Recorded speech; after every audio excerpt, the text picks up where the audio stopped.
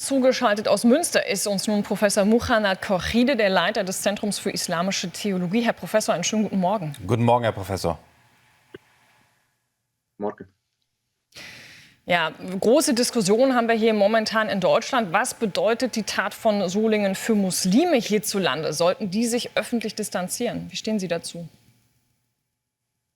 Ich meine, einerseits gibt es immer die Angst unter Muslimen, dass sie unter Generalverdacht geraten, wo es heißt, dann jeder Muslim könnte ein potenzieller Attentäter sein. Auf der anderen Seite sehe ich auch die Forderung der Gesellschaft, nicht nur Distanzierung, sondern ist es auch an der Zeit, konkret zu überlegen nach Maßnahmen, die Teil der Lösung sein sollen. Zum Beispiel, wir wissen heute, dass Radikalisierung nicht mehr in Moscheegemeinden oder großteils nicht in Moscheegemeinden stattfindet, sondern in den Social Media. Und da müssten die Moscheegemeinden, die klassischen, auch sich neu erfinden im Sinne von, wir müssen hier auch Platz schaffen für die Moscheen oder die Moscheen selber oder die Muslime selbst müssten hier Projekte ins Leben rufen, dass sie Alternativangebote in den Social Media anbieten, in Instagram, in TikTok, um junge Menschen zu erreichen. Und da ist ein Vakuum, von dem profitieren Islamisten. Aber warum ist noch nichts passiert? Diese Tat von Solingen, die reiht sich ja ein in weitere Taten und auch Verdachtsfälle, die wir gehabt haben. Anschläge, die rechtzeitig noch aufgedeckt werden konnten. Und Sie haben eben diesen Generalverdacht angesprochen. Jetzt scheint sich die Situation politisch ja auch, die Debatte so zuzuspitzen, dass Muslime davon ausgehen müssen, dass tatsächlich dieser Generalverdacht tatsächlich besteht. Eben, und das ist jetzt an der Zeit, Sie haben vollkommen recht, ich finde, in den letzten Jahren von muslimischer Seite wurde viel zu wenig getan.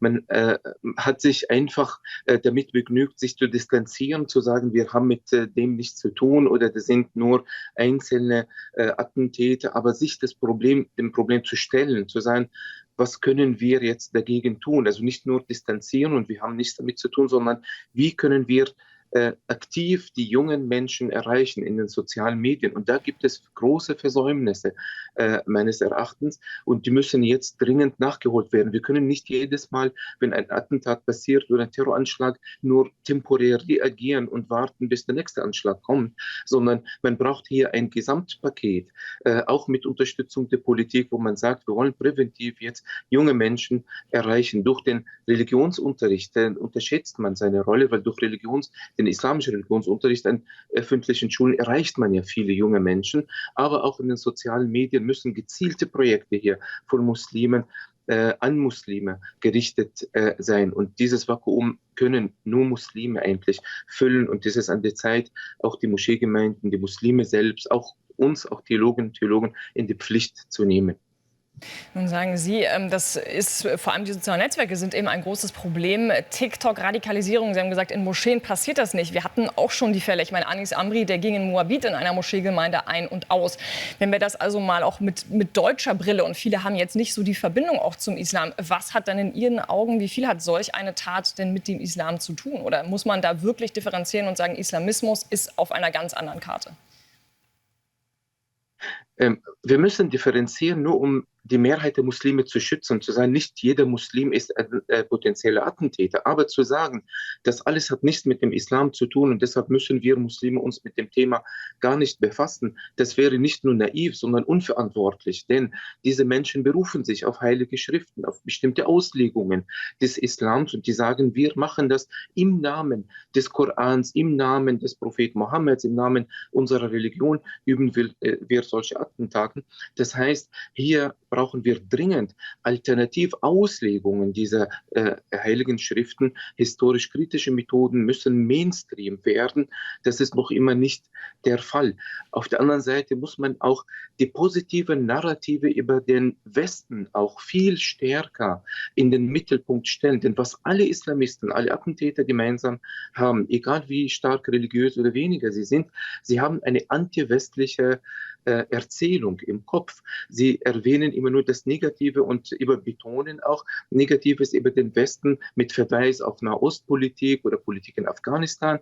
Und hier vergisst man die vielen positiven Aspekte, von denen auch Asylanten, Muslime hier in Deutschland, in Europa auch profitieren. Und das ist Teil der Lösung, diese positiven Aspekte, von denen Muslime profitieren, auch in den Mittelpunkt, auch ins Bewusstsein der Mehrheit der Muslime zu rufen, damit das auch Teil der Erzählung über den Westen. Westen ist nicht nur böse oder nicht nur scheitert manchmal im Nahen Osten der Außenpolitik, sondern der Westen hat auch viele Vorteile für Muslime und bietet auch viele Räume für Muslime, hier friedlich zusammenzuleben. Herr Professor Kochide, aber welchen Zusammenhang, welche Rolle spielt vor allen Dingen jetzt auch der 7. Oktober, das grausame Massaker von den Hamas-Terroristen an den Juden in Israel? Und auch in dem Video, was ja jetzt veröffentlicht worden ist von dem mutmaßlichen Messerangreifer, hat er ja auch wieder Bezug auf Palästina genommen. Also tatsächlich, wir wissen, dass seit dem 7. Oktober viel passiert ist und dass es sich eine Radikalisierung zugespielt hat. Aber welche Rolle spielt das konkret jetzt auch in diesem Zusammenhang? Der 7. Oktober hat definitiv Prozesse der Radikalisierung beschleunigt, bietet Grundlagen für diese Erzählung der böse Westen, der einseitig nur pro Israel, aber gegen Muslime, gegen Palästinenser agiert. Und das hat dazu gedient als Grundlage, die instrumentalisiert wird von Islamisten. Nicht alle Islamisten wissen, was genau das ist überhaupt und wo Palästina ist und wo Gaza ist, aber sie instrumentalisieren diese Erzählung über den Nahostkonflikt, über den 7. Oktober, um zu sagen, der böse Westen. Und das bestätigt ja deren Großerzählung über, wir müssen Muslime zusammenhalten, wir sind Opfer des Westens. Und deshalb muss man hier auch differenziert über den 7. Oktober reden und genauer innermuslimisch. Also da fehlt mir auch die innermuslimische Aufklärung, auch über die 7. Oktober, auch kritisch gegenüber Hamas. Also ich erlebe das in den Demonstrationen, Pro-Palästina-Demonstrationen, dass hier nur einseitig der Westen beschuldigt wird, Amerikaner beschuldigt werden, Israelis, aber nicht wirklich geschaut wird. Und was hat Hamas hier auch dazu beigetragen? Ich vermisse diese innerislamische Aufklärung, übrigens genauso in den Asylheimen, auch bei den Asylbewerbern. Wir müssen hier auch profitieren von der Expertise innerhalb der Community, auch innerhalb der syrischen Community.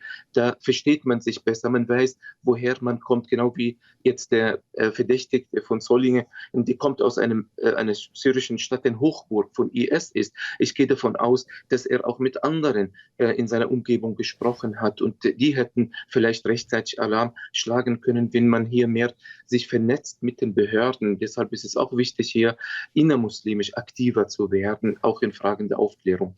Herr Professor Kochide, mir hängen Ihre Worte noch nach, dass Sie sagen, man muss auch in der Gemeinschaft, auch im Ausland, mehr die positiven Aspekte des Westens betonen. Es tut mir leid, aber wir haben hier so viele Menschen aufgenommen. Wir geben denen Geld, wir geben denen Unterschlupf. Die Menschen sind hier in Sicherheit und wir haben solch eine Tat. Und Sie sagen, wir müssen die positiven Aspekte von uns hier im Westen betonen. Das ist doch irgendwie schizophren. Naja, die innermuslimisch muss das betont, denn es wird kaum kommuniziert oder wird zu einer Selbstverständlichkeit.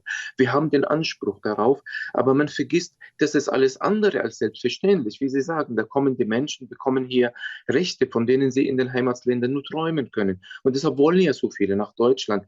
Aber das darf nicht so eine Selbstverständlichkeit, dass die Menschen davon ausgehen, das steht uns zu. Und es wäre rassistisch oder diskriminierend, wenn wir das nicht bekommen, sondern wir müssten hier Dankbarkeit auch zeigen. Wir müssen in unser eigenes Bewusstsein als Muslime als Migranten auch rufen, dass es uns hier gut geht und dass diese Westens gut mit uns meint und Räume schafft, für uns als Menschen zu entfalten, Räume, die wir in den eigenen Heimatländern nicht haben. Aber das muss, und damit, das meinte ich, innermuslimisch muss das viel stärker kommuniziert werden, dass der Westen hier Räume schafft für Muslime, dass es denen viel besser geht als in den eigenen islamischen Ländern. Das muss Teil auch also in der Bildung Platz finden, in den Moscheegemeinden, am Freitagskanzel auch, man kann das nicht genug betonen, eben damit das nicht zu einer Selbstverständlichkeit einfach hingenommen wird und irgendwann in Vergessenheit geraten, sondern im Bewusstsein der Muslime sich verstärkt. Der Westen meint es auch gut mit den Muslimen, denn das Narrativ oder die Großerzählung von Islamisten, der Westen ideologisch geht vor gegen Muslime, gegen den Islam. Der Westen habe was gegen Muslime und agiert gezielt gegen den Islam, gegen Muslime. Diese Erzählung gehört dringend irritiert, damit Menschen, die planen, etwas gegen den Westen zu tun oder Menschen im Westen leben, 10-mal überlegen vorher, ob das wirklich im Sinne ihres Glaubens ist oder zumindest durch diese Irritation, dass sie sich selbst hinterfragen und kritisch reflektieren. Herr Professor Kochide, danke, dass Sie das noch mal klarer ausgeführt haben. Denn ich glaube, jetzt auch unter den Opfern in Solingen, unter den Verletzten, war auch ein Mann, der aus dem Iran eben genau vor dem Mullah-Regime auch geflohen ist. Also insofern, das hängt alles zusammen. Wir danken Ihnen ganz herzlich für das Gespräch. Danke, Herr Professor. Vielen Dank.